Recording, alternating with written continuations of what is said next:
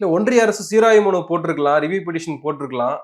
அதுக்கு பதிலாக ஏன் பின்வாசல் வழியாக திரௌபதி முர்முவ உள்ள வந்து விடணும்? அவங்கள வச்சு ஏன் அந்த கேள்வி எழுப்பணும்? அப்படின்ற கேள்வி இருக்குல்ல. அதாவது தம்பி ரிவ்யூ பெட்டிஷன் போட்டா, ரிவ்யூ பெட்டிஷன்ல அவங்க 2 பேரும் தான் பதில் சொல்லுவாங்க. ரைட். கதை முடிஞ்சது. எனக்கு தெரிஞ்சு ரிவ்யூ பெட்டிஷன்ல பெரும்பாலும் 99.9 வழக்குகளில் மாற்றங்கள் இருக்காது. நீங்க ரிவ்யூ போடுவீங்க. ரிவ்யூ போட்டு அதிலேயும் உங்களுக்கு நியாயம் கிடைக்கலன்னா கியூரேஷன் போடலாம். 2வது அப்பீல். அந்த கியூரேஷன்லயுமே பெரும்பாலான வழக்குகள்ல வந்து நீதிமன்றம் என்ன தீர்ப்பு சொல்லியிருக்கோ அதான் இருக்கும். உச்சநீதிமன்ற தீர்ப்பு பெரும்பாலும் ஆல்டர் ஆகாது. ஓகே. ஸோ இவங்க அந்த பயம் வந்துருச்சு.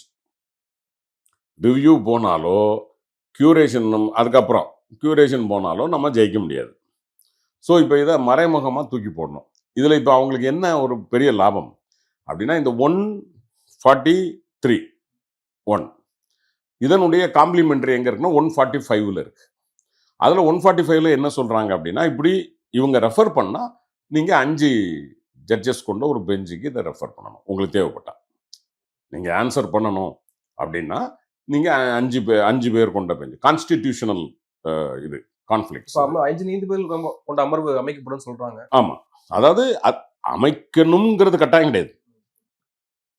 தம்பி முதல் கேள்வி இதுக்கு பதில் சொல்லணுமாங்கிற கேள்வி 1. 2வது பதில் சொல்லணும்னு முடிவெடுத்தால் அப்போ நீங்க 5 பேர் கொண்ட பெஞ்சு. எனக்கு தெரிஞ்ச 5 பேர் கொண்ட பெஞ்சை போட்டாலும் ரைட். இங்க அவங்க சொல்லி இருக்கிறது வந்து எதுவும் சட்டத்திற்கு புறம்பானது அல்ல. ஓகே. சுப்ரீம் கோர்ட் சொல்ல முடியுமா அப்படின்னா சொல்லணும். சுப்ரீம் கோர்ட் பல நேரங்களில் வந்து பாராளுமன்றம் எடுத்த முடிவுகளை எக்ஸிக்யூட்டிவ்ஸ் எடுத்த முடிவுகளை மாற்றியிருக்கிறது. அரசியலமைப்பு சட்டத்திற்கு புறம்பாக இருக்குமேயானால் பாரத பிரதமராக உட்கார்ந்திருந்த இந்திரா காந்தியினுடைய தீர்ப்பு செல்லாது, சில எலெக்ஷன் செல்லாதுன்னு சொல்லி தீர்ப்பு கொடுத்ததும் நீதிமன்றங்கள் தான். ரைட். ஸோ நீதிமன்றங்கள் தான் இறுதியானவை. ஜனநாயக நாட்டில் சட்டத்தின் ஆட்சி நடைபெறுகிற ஜனநாயக நாடுகளில் உச்ச நீதிமன்றத்துக்கு தான் பவர். நீங்க வந்து ஜனாதிபதியையும் தாண்டிய பவர் உண்டு. உண்டானா உண்டு. யாருக்கு உண்டு? நீங்க சுப்ரீம் கோர்ட்டுன்னு பார்க்கக்கூடாது. சட்டத்திற்கு உண்டு. ஓகே.